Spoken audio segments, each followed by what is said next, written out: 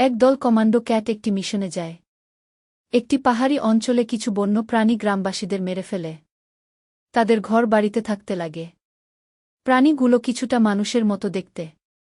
Commando ক্যাটগুলি ওইসব প্রাণীদের মেরে গ্রামটিকে মুক্ত করার জন্য যায়। চুপি চুপি তারা গ্রামটিতে প্রবেশ করে এবং তারা যে বিল্ডিংয়ে থাকে সেখানে বোমা ফিট করে দেয়। আর একটি কমান্ডো বোমা নিয়ে তাঁবুতে মেরে সব জ্বালিয়ে দেয়।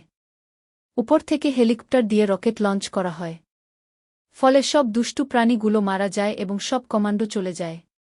হঠাৎ দেখি একটি জায়গায় দুষ্টু প্রাণীদের প্রধান ও একটি কমান্ডো ক্যাট মারামারি করছে।